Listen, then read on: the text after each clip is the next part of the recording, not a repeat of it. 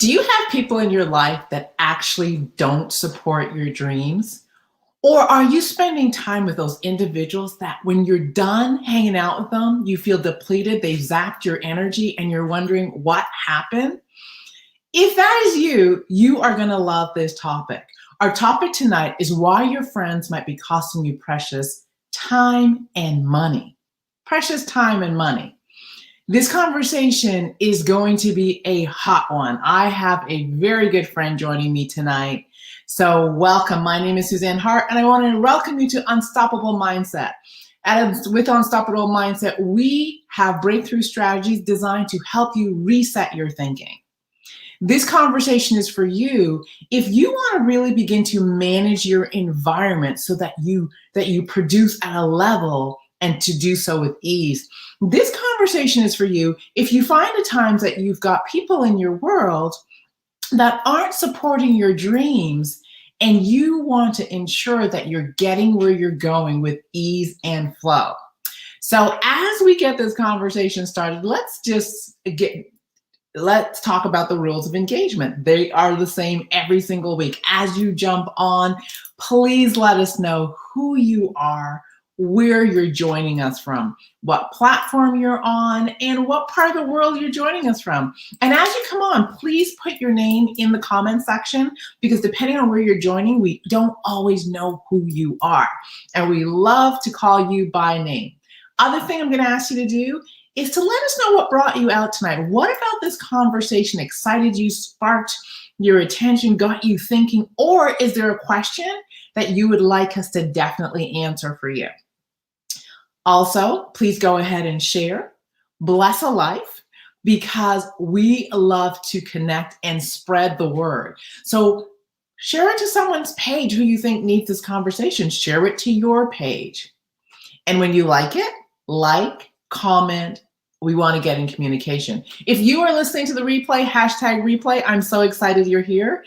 And although you may not be live, I still want to hear from you. So please let us know where you're joining us from and what you do while you're living. And for those of you who are joining us live, if I forgot to ask you, please let us know what you do while you're living and who you are called to serve. So I want that information in the comment from everybody, even after the fact, even if you're hashtagging replay. Why? Because the truth of the matter is, this is our opportunity to network. This is your opportunity to let people know who you are, what you do while you're living, and why you're so passionate. You never know. There might be someone connecting and looking at this Facebook Live and going, oh, that person, what they do is interesting. I need that service. And they're going to reach out. This is our virtual networking opportunity.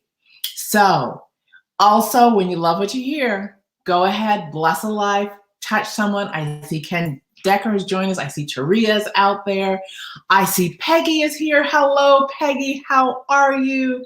And I know we're going to have a number of people joining us as we get this party started. So I'm going to jump right in. First, welcome to Unstoppable Mindset. These are breakthrough strategies to reset your thinking. This is exciting because our topic today is why your friends might be costing you precious time and money.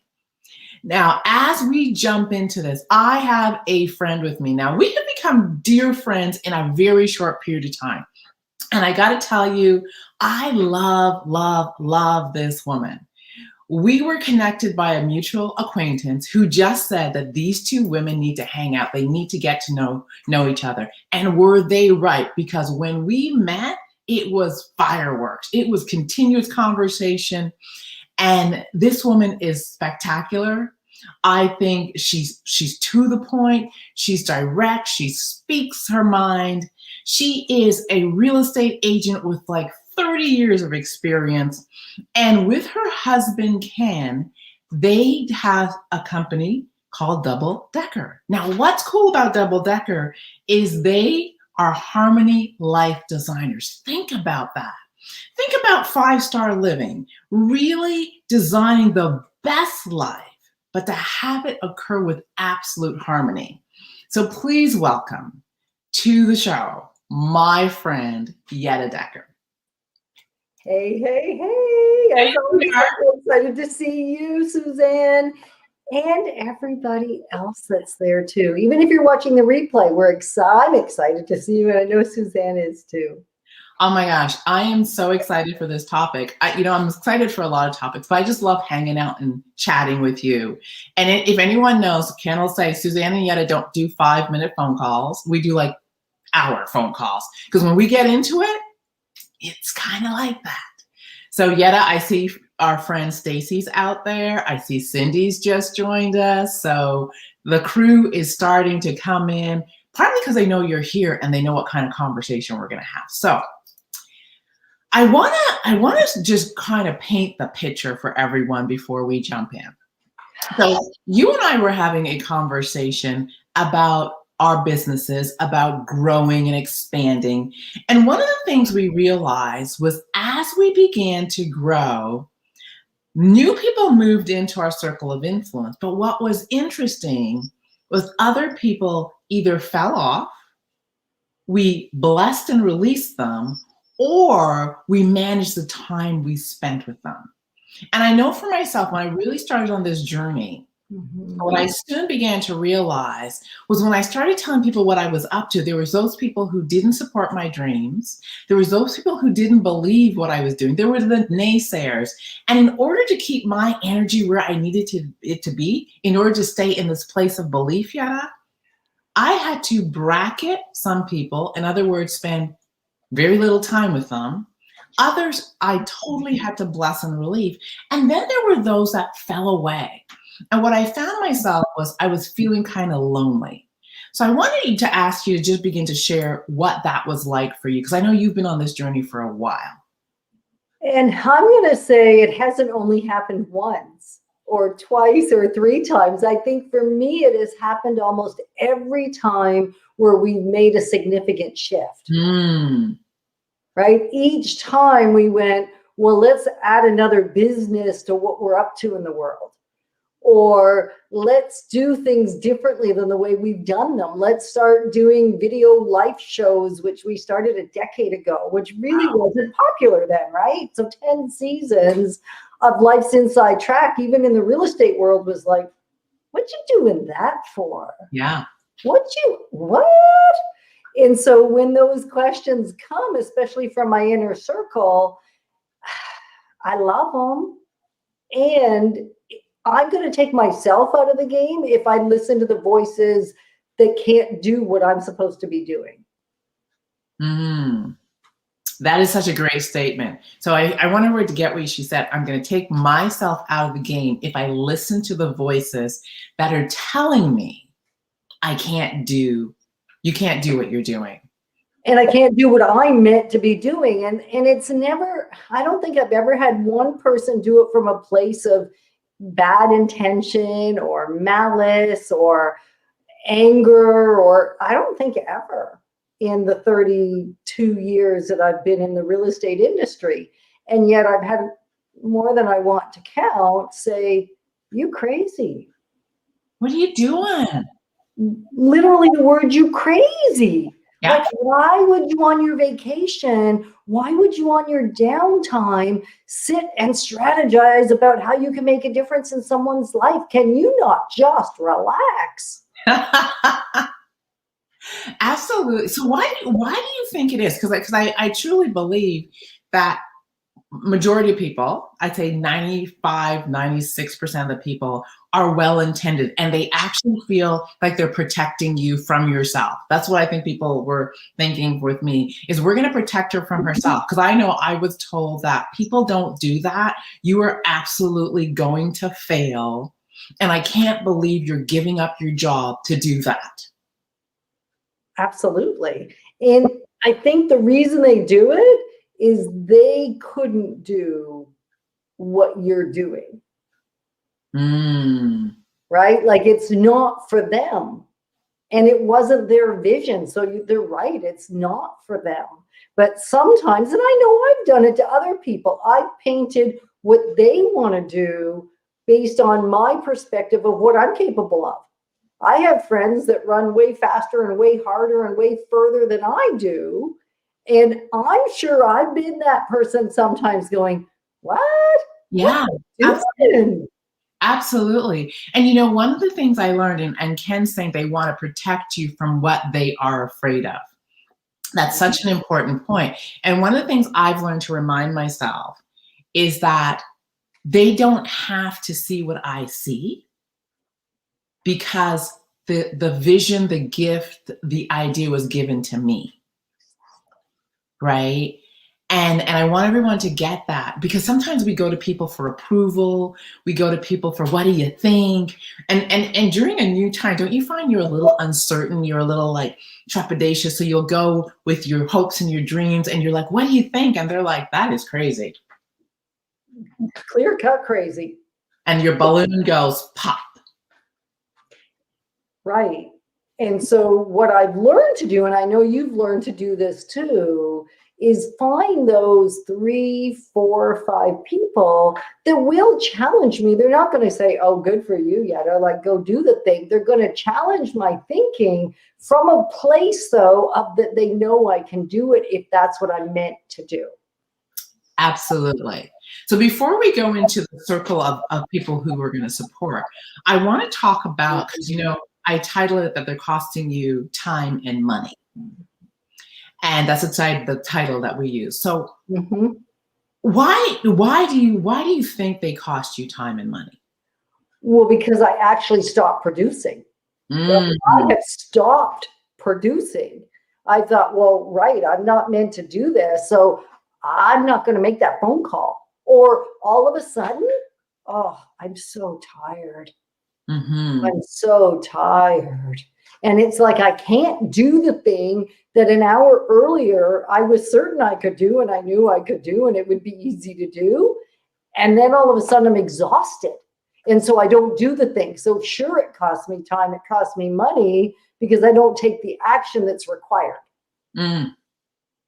Absolutely. And I know for myself, when this has happened to me, and it happened a lot when I first started, was that it cost me time because they activated my fear. And I know for myself, when someone activates my fear, 2 things happen. One is I go into avoidance. And like you, I want to, when we're not in avoidance, I want to go sleep, or I got to go dust the house, do laundry, the list goes on. Or I have to now rebuild myself. Right? And the rebuilding of myself is time and money, because sometimes I have to go seek out someone to pour back into me to help me rebuild my belief. So part of it is I realized early on, if I was going to be successful, I can't afford the detours. And they're emotional detours. They're psychological detours. Like, I will take enough detours on my own. I don't really need someone else supporting my detours. Absolutely. Right? Because just in here, I got enough problems. And so when I've allowed the other voices, it has been costly detours. Like not make a call for 3, 4 weeks. Oh, I can't do the client service calls. No, because that might mean I'm going to have too many clients to take care of. What? Absolutely. So I want to talk about, because we talked about, one of the things we talked about was different ways of protecting our space. And I think this is really key, because when we talk about, you know, our circle of influence changes, I imagine there's people that are like, what, you just stopped hanging out with everybody that you spent time with. So I want to talk about the different ways that it happens. So I know we both said we had people that we limited our time with. Yeah. Why was it important to limit your time? Because if I didn't, it was going to take me out. So I knew that the messages were already clear, like that they were consistent messages I would get. And so it would shift my state, shift my energy. And if I was in a great frame of mind, it didn't really matter. It was when I wasn't already at the top of my game, or my willpower was low, that I would allow the voices to actually make a difference for me. And what type of person would you bracket time with? Because I know there's people we clearly bless and release, but there's those people that we really can't. We love them. They're our family. They're long-term friends. They're people that we had so much great adventure with in one area of our life, but really this one area of our life just isn't even relatable to them. Okay, awesome, awesome. Right? Or that it used to be, and now their life has changed. Talk about that. Well, I'm in the stage that many of my friends are retiring. They're not refiring. Some of them are refiring. Many are retiring. Well, when you're retiring, you do different things for longer periods of time. Absolutely. Right? So although we have a life of harmony and we do mix in grandkids and friends and leisure and hobbies, and like we have those things, just not to the degree that we would have if we were in retirement phase. Got it. And we don't feel called to retirement phase at this point, probably ever. Yeah. Right? And we were that couple in our 30s and 40s that said by 45, we're out of the day-to-day business world. Well, we got closer to 45 and we said, why? We love what we do. We're doing what we're called to do. We're making a difference. We're coaching and mentoring and guiding and life designing, whether in real estate or in life itself, in the 5-star living. And so why would we stop that just because we're now going to be moving into our 50s and beyond? It's true, because I always think of for myself, like, what am I going to do if I retire? I'm going to go stir crazy and bored. So absolutely. So bracketing those people that they're part of their family, they're close friends, and you can't necessarily bless and release them. So you bracket the amount of time.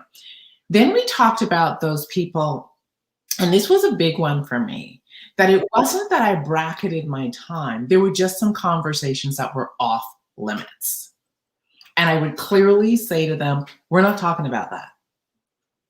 And oftentimes the first time I'd say, we're not talking about that, people would go, why not? And I go, because I don't need to hear how you disagree with me. I don't need to hear how you don't support it. So let's just agree that this topic is not one that we're going to talk about. Right? And so that was another way. So we spent time, but there was conversations that were off limits. Like, we're not talking about that. I've done that for the last, I'm going to say 30 years, where there are certain people I don't want to have a business conversation with of any kind. And it's not because I'm private about my business or about our income or what things we're doing or what strategies, but it just doesn't resonate with them.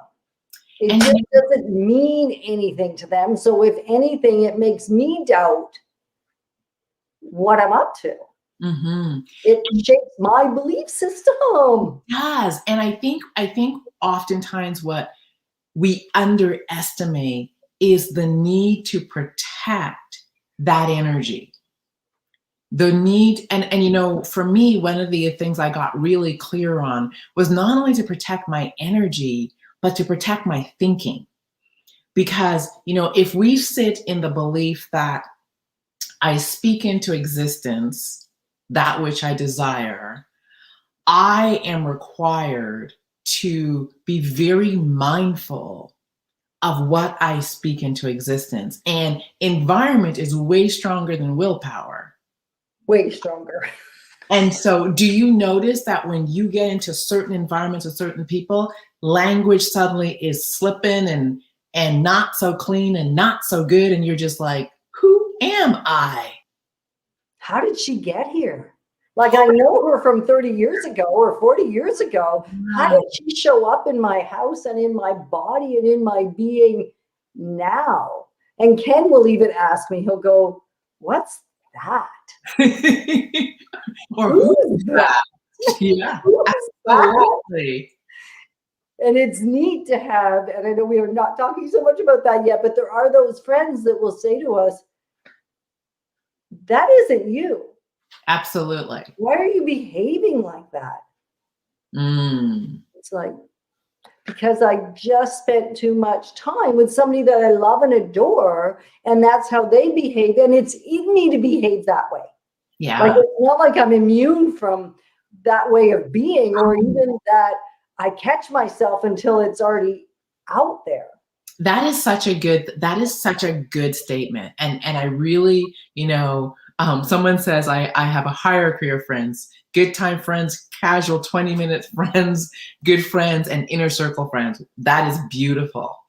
I want you to talk about it's in here, because I think the reason protecting your environment is so important is I remind myself that my coping mechanisms were strengths I had once upon a time. They got me to a certain place in life.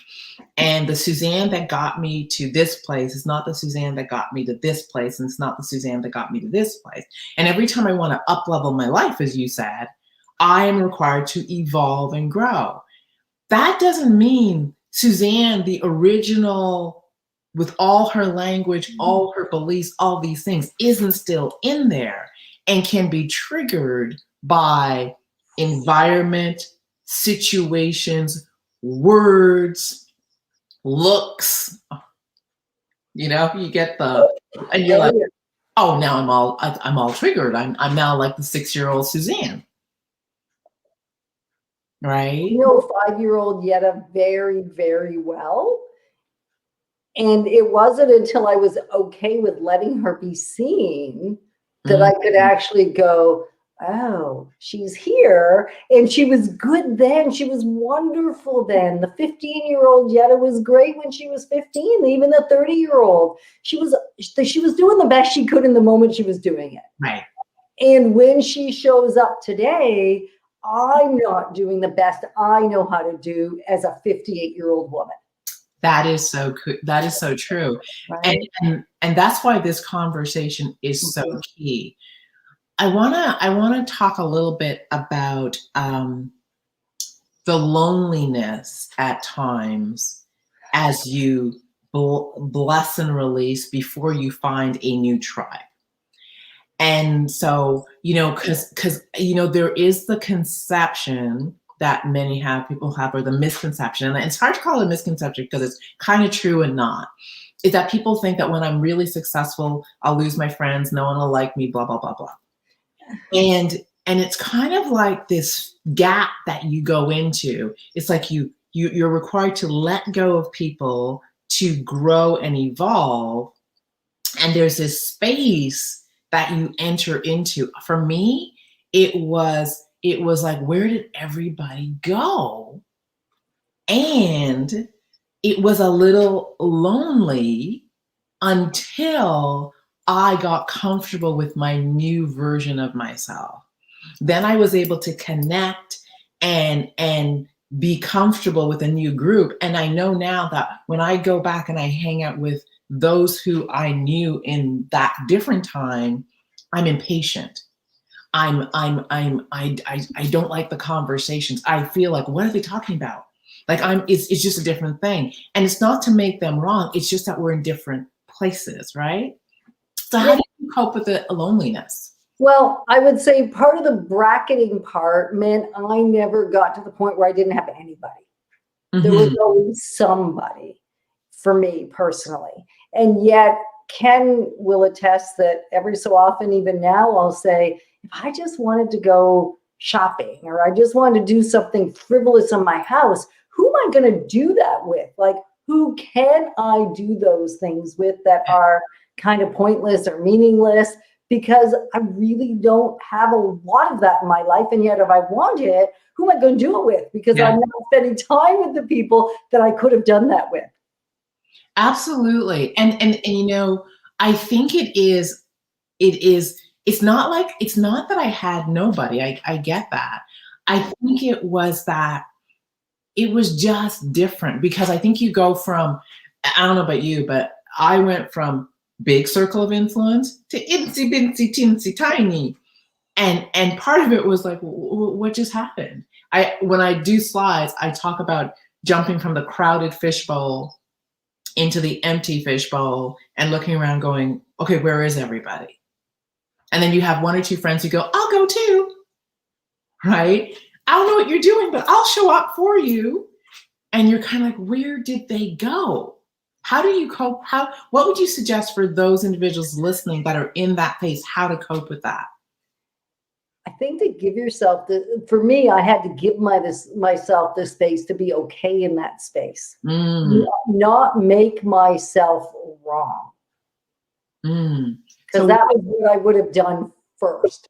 I would have made myself wrong. I did make myself wrong because they're out of my life because I'm not a great person to be around anymore. Like some of them I didn't intentionally cut and release. They just left. They just fell away. They just fell away because I didn't match what they wanted to do in life anymore. They didn't change. They weren't the problem, really. I was the problem. So the first thing I had to do was allow myself not to take on the pain of being the problem. And you know, that's such a good point. And also not to make them wrong for also not changing with you. Because they didn't sign up for that version of Yetta. Like they didn't sign up for the growth journey I was about to be on because none of us in certain seasons were on that growth journey. So they didn't do anything wrong. If anything, it was me, but I couldn't allow myself to be wrong for it because then I'm not going to move forward. And I know for myself, it was such an odd thing because I was loving who I was becoming and going, but why don't other people love who I'm becoming? And it was that they weren't committed to the journey. And so I remember having to consciously not make them wrong and to embrace my transformation, my evolution, my becoming, if you will. And it's an awareness, it's work, because there's a part of you I know that for me, I'll speak for myself. I wouldn't say hurting, but disappointed. There was a part of me that was like, there was people when I said yes, I knew they were coming with me. And then it was like, wah, wah, wah, wah, no, we're not.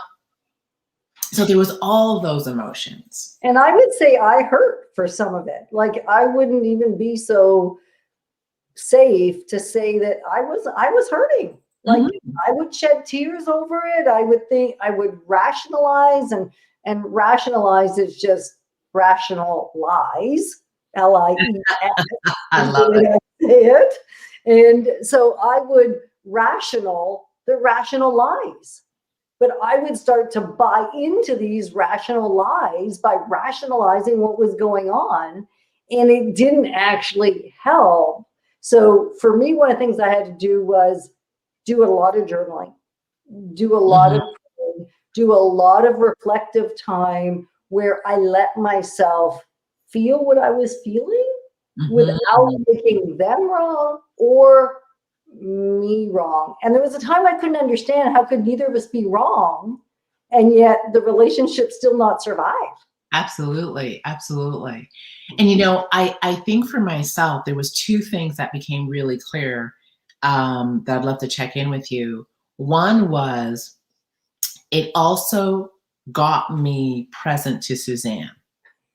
And I think when you're evolving, the beauty of people falling away is you get present to who you be and how you're shifting and transforming. And so it gave me time to get reacquainted with the new version of myself. And I also began to realize that there were people that if I just allowed them to be who they were choosing to be in the moment, that they may come back. They may see what I see at some point and re-emerge in my life. And I've had many people have them. I'd say they come back with amnesia, right? They tend to forget that they didn't support you when it started. They're just like, oh, this is cool. And so it's just that evolution. And the reason I say they come back with amnesia is because most people don't actually get the impact of their words because their intention is good. Absolutely. Like I would say, that, as I said at the very beginning, I don't think anyone was intentional about wanting to harm. It just didn't fit for them anymore. Yeah. I didn't fit for them anymore. Ken didn't fit for them anymore. And so, and it was confusing sometimes for our children.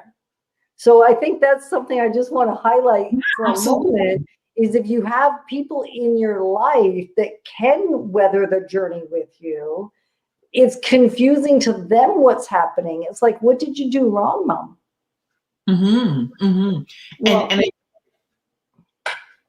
I grew, right?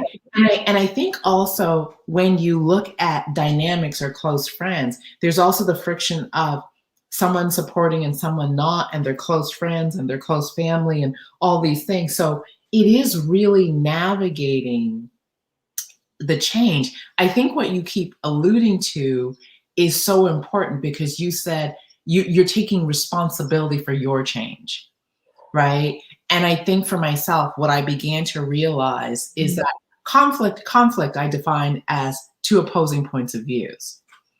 And when I shift my point of view, so we had the same point of view, and I shift my point of view, I learned that I needed to take responsibility for creating the conflict. Good, bad, or indifferent, I need to take responsibility for creating the rub, the discomfort, and not to make the other, but just sit in my own responsibility. Yes, I chose to change. Yes, I chose to grow. Yes, I chose to evolve because it's my need. Simple. and it doesn't have to be theirs. And that's why I think we talked about bracketing. Mm-hmm. It's not that they don't want to be in our life anymore. They just don't need that much of us. It's not even sometimes me doing it. Like I found a lot of people would do it for me. I didn't have to make a lot of conscious decisions. Oh, me neither. It was like falling away. And I was like, okay. Yeah. Where did everybody go? They're in hiding. Right. So there's a Facebook user that says, hi, this is exactly what I've been battling lately. Looking forward to the playback on this. So I want to talk a little bit about, and I know about when your spouse is not in the same space as you, in the same place. They're not on the same trajectory, the same timeline. What do you do with that? Because I know that was mine, that was yours at some point. Yeah. What do you do with that? For me, I had to, just like with friends, release and keep remembering, this was my mantra, he didn't sign up for this. Yeah. He didn't sign up for this. And then the second half I would remember, and my mantra I would say in my head is, many people will grow into the conversations you create around them. Ooh, say that again. Say that again. Many people will grow into the conversations you have around them. That is power. It really, and not to force them to grow into the conversation, and even to plan when I would have the conversation. So if I wanted him to grow into the conversation, and there are times he's had to do the same thing for me. Absolutely. So at this point, we journey pretty closely together, and there are days and there are weeks, and Suzanne's been the fly on the wall, so to speak, and thought, this is fascinating, these two. And we still ebb and flow back and forth because that's what harmony is. It's not a constant. It's a lot of different notes. It's a lot of different movement. And yet I had to think about when was the right time to have this conversation. If I wanted to give them the opportunity to grow into it. So I had to become responsible to not tire of providing the opportunity. That is so good. And the other part that comes to me as you're saying that is, I remind people that are on this particular journey is to remember that people are watching. And oftentimes my behavior speaks louder than my words. So when I decide I'm going to take something on, I'm going to go into a transformation, a shift, a change, a grow, it's not for me to convince people. It's for me to go first and be the example. And for those who are watching, there'll be those who may be skeptical at the beginning, curious, interested, and then go, that is not what I thought it was going to be. That is for me. So part of it is not to force people, but to leave the invitation open by who you choose to be and the example you choose to set. Absolutely. I mean, everything that comes out of your mouth aligns with what would come out of mine, right? Like there's so much resonating, and I had to stop holding people hostage to what I wanted from them. Oh, How I wanted them to be. No hostages. I used to put people in the car and take them to the event. Let's go together. I'll pay your ticket. I'll pay your hotel. I take you with me because I love you and I know we can grow together. So let's do this thing together. And so they were hostages. mm-hmm. And when you're a hostage, you don't, like, nothing goes in. Yeah. You become a skeptic.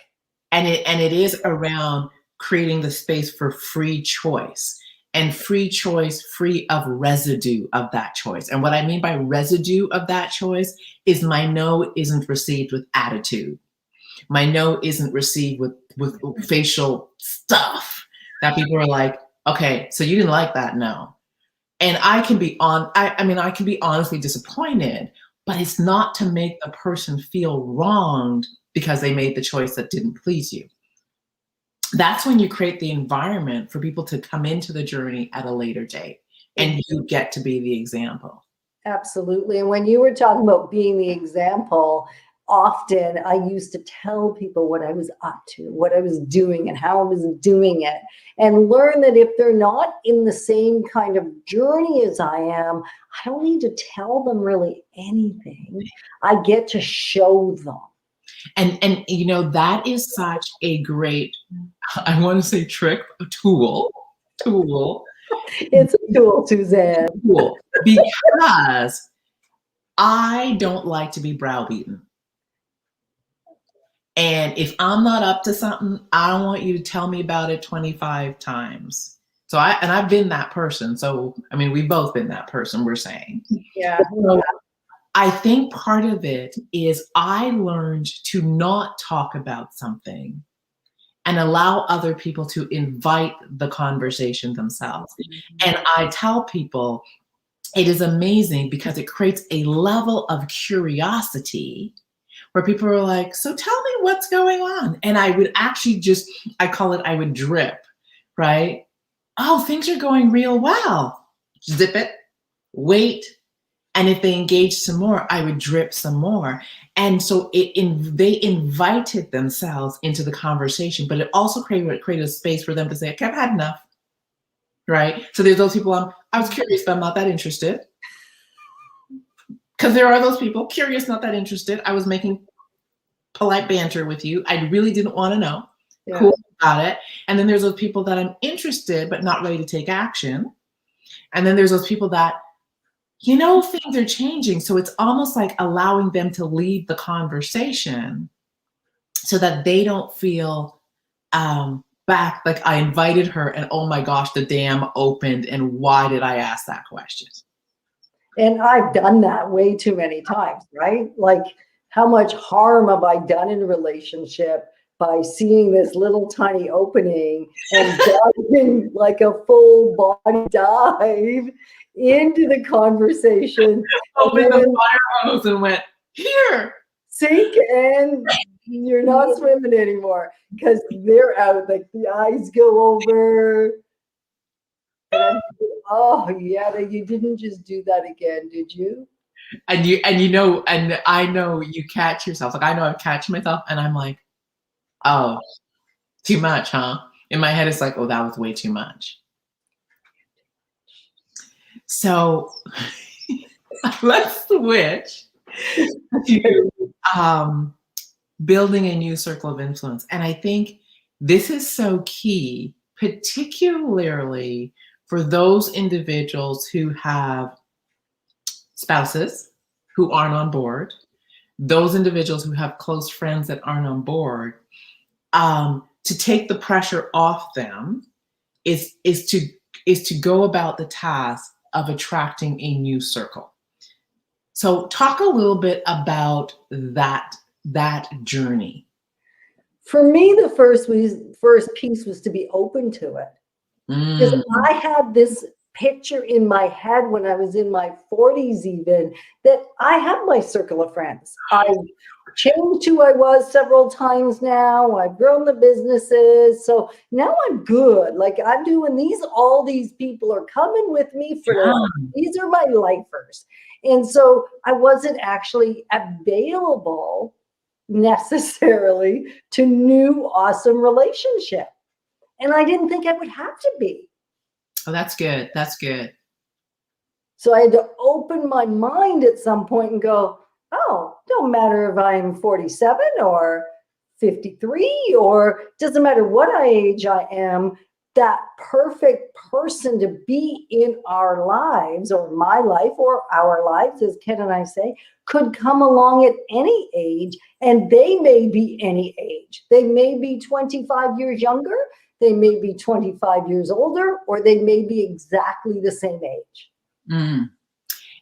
That is good. You know, one of the things that I learned to do, one was to be open, as you said. I think the other part was the change was so new and evolving for me that I actually had to sit down and go, who am I looking for? Right? And I actually had to write down the character traits of who I was looking for. Why? Because sometimes we think that they look this way, or they're in this industry, or all those different things. And the fact was that wasn't the case. Like when I met you, I was like, check, check, check, check. Ooh, I was excited. And we're not in the same industry, but we have very similar ways of being. We have very similar interests. So for me, it was that I had to become intentional about attracting and connecting with those people that were thinking and going in the direction I was going. I also had to be willing to tell people, like, this is who I'm looking to collaborate, hang out, spend time with. And I had to be open, as how we met, to introductions, because someone saw in me what they saw in Yetta and said, oh, you need to meet. Like, I mean, really, mine was, you need to meet Yetta Dekker. And I was like, why? And nobody told me anything that time. And yet what was beautiful about it is I have my list, right? I got my 10 basic character traits, and it's okay to have that, because if you don't have it, you don't really know what you're looking for. And if you're not looking for it, it's pretty tough to find. And Ken saying, serve with a spoon, not a shovel. Patricia saying, this is an amazing conversation. I love how open you're sharing, and you're sharing your journey. You know, I had something and I lost it, so I know it'll come back. Yours will come back. And what I will say is, when I saw you, even though I was at the front of the room, Ken and I were facilitating a mastermind, so I wasn't really on looking for somebody. And yet you spoke, you stood up, I could see the way you were navigating in the room, and I went, ooh, that's my girl. Like, I don't know what industry you're in, because in that mastermind, we didn't talk about our industries. And I thought, she's it though. Yeah. And so you bring up a great point. It is that, you know, you and I don't know who we're looking for unless we take the time to know who we're looking for. And I know that I'm very clear on who the people are in my life. I'm clear on their qualities. So the minute I saw and experienced you, I was like, I was the person who said, my gosh, you're right. That's my people. She was with you. Right?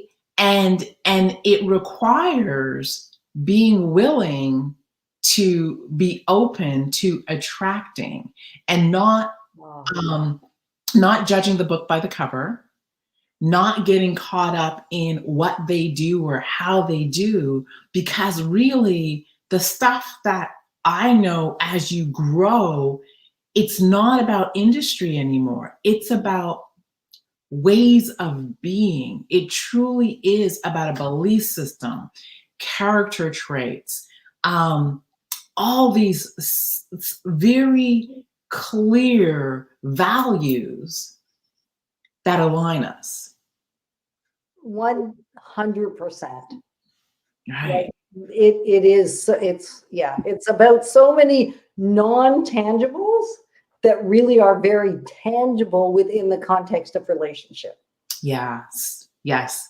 And I think what we're really talking about is that when there is value alignment, we can come from different industries. We can even have different ages. We can have different walks in life, all those different things. But when there's value alignment, there's connection. When there's misalignment in value, there's force and friction. Because what happens is people are trying to bring the other person over to what they value. And so ease happens when there's value alignment. Yeah. And that's why conversations occur with ease. Absolutely. I mean, I talked jokingly a little bit about taking hostages, and it really wasn't a joking matter. And yet once I let go of taking hostages, I would still spend a lot of time attempting to convince somebody, convince them to see it my way, because clearly it's working for me. So it's going to work for you too, right? Absolutely. Ken saying, be who you want to attract. And surrender. Just yield. There's a yield sign for a reason. Just yield and allow. I think I'm going to come back to the thing. One of the things we talked about at the beginning is no one's wrong. That's the beautiful thing. I didn't get that nobody was wrong. They're not wrong. I'm not wrong. We just see the world a little differently. And there is room for both of us, and both of us to have incredible circles, and both of us to have incredible relationships, and both of us, or all of us, to have our own life. It just isn't necessarily in conjunction with each other to the degree that it once was, or maybe at all. And so you're bringing us full circle, because people might be listening and going, so why are you guys bracketing and blessing and releasing people? And what's that all about? Because now you're kind of saying two things. So I want to kind of, come circle so we're clear. Because you said the thing is, I don't bracket people who have a difference of opinion. I don't bracket people who have different ways of being. I bracket people who make me wrong for who I be. That right there, right? That's what we're both saying. I want, but I can't see a thing a new way. If we both agree on everything, chances are one of us is pretty redundant, right? There's too much redundancy happening. Right. And so we need to have some contrast. It's can you accept me for who I am and who I'm not, and can you accept me for my dreams and where I believe I'm going? I think the other thing that I also want to talk about is when I'm holding on tight, oftentimes, so let's just be candid. Oftentimes, when we haven't been candid. Oftentimes, I'm the big fish in the pond. I like my pond because I'm the big fish in the pond. And usually when I let go, I have to jump to the pond where I'm the teeny tiny little guppy in the pond, and there's all the big fish. But this is what I have come to know. Fish grow to the size of the pond they're in. So part of what we're talking about is if you're up to big things, You got to move. If you're the biggest fish in the pond, your pond is too small. You got to move. And now you got to let go and allow yourself to take the leap into this pond where you're the little small, tiny fish and being afraid of being eaten by that sort of thing. Because what happens is when you leap, you become inspiration. You become a source of inspiration for those who are afraid to leap. Even if they don't agree with you, even if they're not supporting you, you still become a source of inspiration. And when you and I succeed, you inspire someone else to leap from the small pond to the big pond. Okay, I do have a story I must share about leaping from the little itsy bitsy to the big. So I was a realtor, had been a realtor for 15 years, was doing really well, top producer in the brokerage, across their brokerages, and the top couple for a long, long time, Ken and I together. We were knocking it out of the park. We were the biggest fish in this little pond. And then Ken decided, we got to start contributing and giving back. So let's open a brokerage. Well, if you're going to open a brokerage, that's a pond we didn't even swim in to start with. And we found a franchise at that time. Now we jumped another pond and now we own our own brokerage. But at one point, almost 20 years ago, we moved into another brokerage. Went to the first award ceremony. And I didn't even rank to get to go on stage. I don't even know if my name was on the slide. And I used to get the award. Yeah. And so I had to go, I'm really nothing. I'm everything I'm meant to be. And it was that discomfort of jumping into a hole. And I kept saying, I'm a minnow. I'm a minnow in a much bigger hundreds, thousands and thousands of realtors instead of half a thousand. Absolutely. And then fascinating, somebody came up to me at that first Christmas party after we'd left from the old brokerage and said, Yetta, when you and Ken don't make it, you're welcome to come back.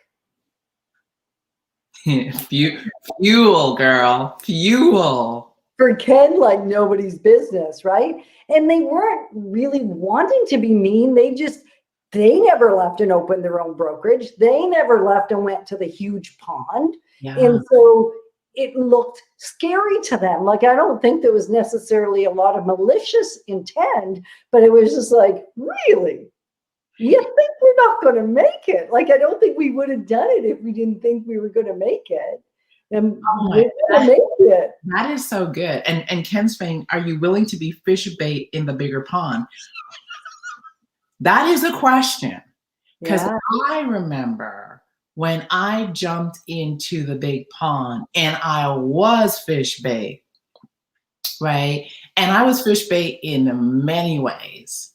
I was fish bait because people decided that I was the go-to person to make fun of. I was the go-to person that you're going to tell that you're not good enough. I was the go-to person to do stuff. And I felt like fish bait. Yeah. However, if you're fish bait and you don't want to get eaten, you learn to move, swim, jump, all those things. And so I tell people that one of the reasons I got good was because I was fish bait, 1. 2 was I wasn't very good when I jumped into that pond. So I went from big to small. But fish bait and being the small is the opportunity to thrive that's not available when you're hanging out with familiar. And that is really why it's costing me money. Because the money, the success, the gifts that we're looking for is never in the pond that makes you comfortable. You can be comfortable once in a while on a Saturday night, but the reality is not it is and uncomfortable is just meaning unfamiliar. Yeah. It's just foreign. So anytime I've gone to a new place, it's a little uncomfortable, but it's not uncomfortable for the people that are already there. Mm, right. And I think I know for me, it's uncomfortable for my pride. It's uncomfortable for my ego. It's uncomfortable for all those things that I just have to confront and say, okay, this is it. Right. You either choose to grow. And so that's what it's about. Yeah. Oh, this was good, Yetta. It's a choice. So I think that's what we want to leave. I mean, I don't know what you want to leave everybody with, but I want to leave everybody with, it's simply a choice. And sometimes it's not an easy choice. And then choosing the people that values align with yours. And now when there was just a conversation very, very recently where I said, I can't have this conversation. I don't know how to have this conversation. This person's been carrying something. I can feel it. I don't want to have this conversation. And I happen to be talking to you, Suzanne. And you said, what do you mean? I don't know anybody that has better ease of difficult conversations. What are you talking about? Let's go have the conversation. And that's the thing, right? Is when the pieces, as we jump and we move to places where people call us to be our best self.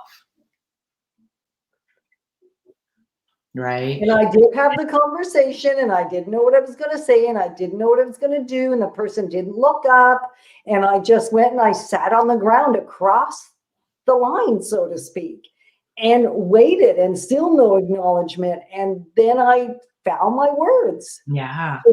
You know, connected with what he must have been experiencing. And I didn't know what was about to come. And yet I wouldn't have had the courage to go do that if I hadn't surrounded myself with an inner circle and been willing to show my vulnerability. Absolutely. Willing to show my scare.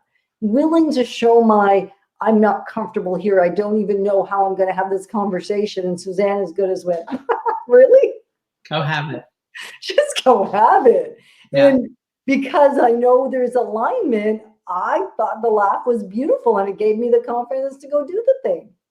Mm-hmm. And you know, it really is about learning to hang out in those places where iron sharpens iron, and you get the pull to grow, you get the encouragement to grow, you get the I'll be here to help you get back up if needed, and you know, you and Ken have been that for me, and it is that blessing, right? Is to be with people who have strengths and capacity in areas that you don't, and you have strengths and capacity in areas that they don't, and it's that beautiful synergy, right, that happens.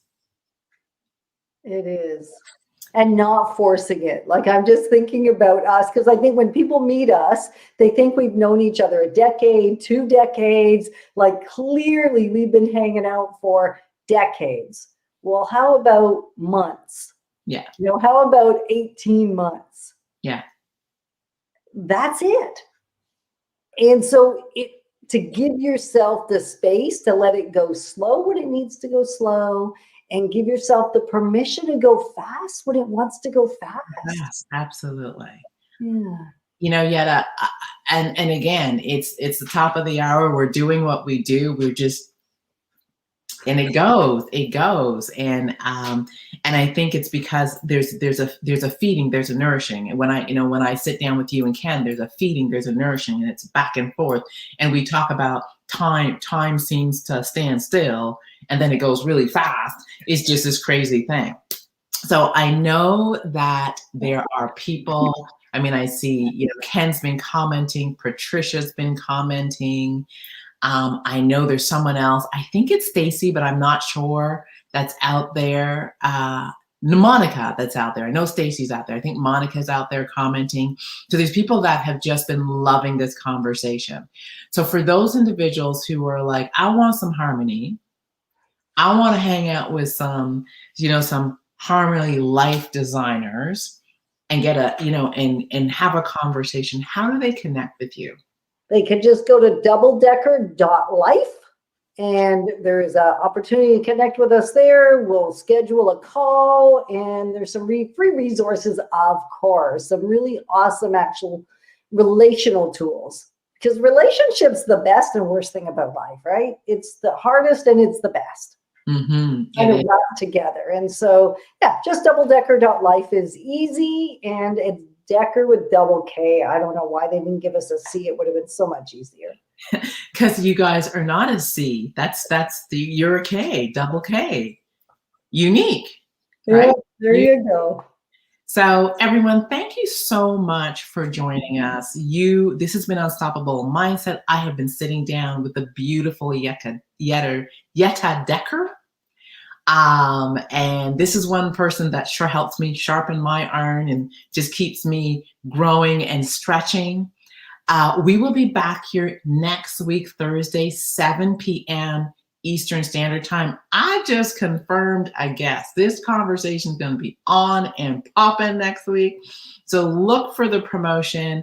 As we close, let us know what you're taking away from this conversation, what action you're going to put into place as a result of what you heard. If you're on YouTube, definitely like and subscribe. And if you are joining us for the first time and you want to continue in this conversation all week long, knock on the door of Unstoppable Mindset for Super Achievers. That's our Facebook group. We will definitely let you in, welcome you so we can continue this conversation. Yetta, as always, you are beautiful and brilliant and fun.